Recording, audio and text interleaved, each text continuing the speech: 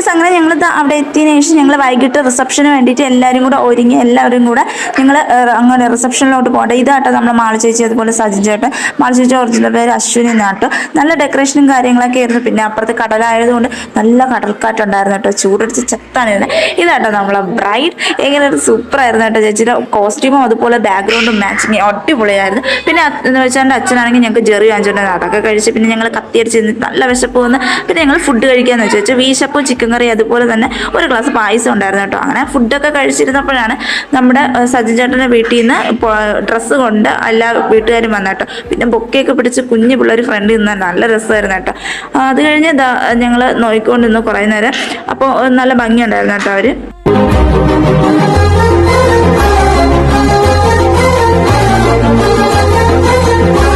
പിന്നെ അവർ ഡ്രസ്സൊക്കെ കൊടുത്തു പോയി. പിന്നെ ഞങ്ങൾ കുറച്ച് ഫോട്ടോസൊക്കെ എടുത്തു. അപ്പോൾ ഇത്രയുള്ള വീഡിയോ ഇഷ്ടപ്പെട്ടോ ഒന്ന് സബ്സ്ക്രൈബ് ചെയ്യാം.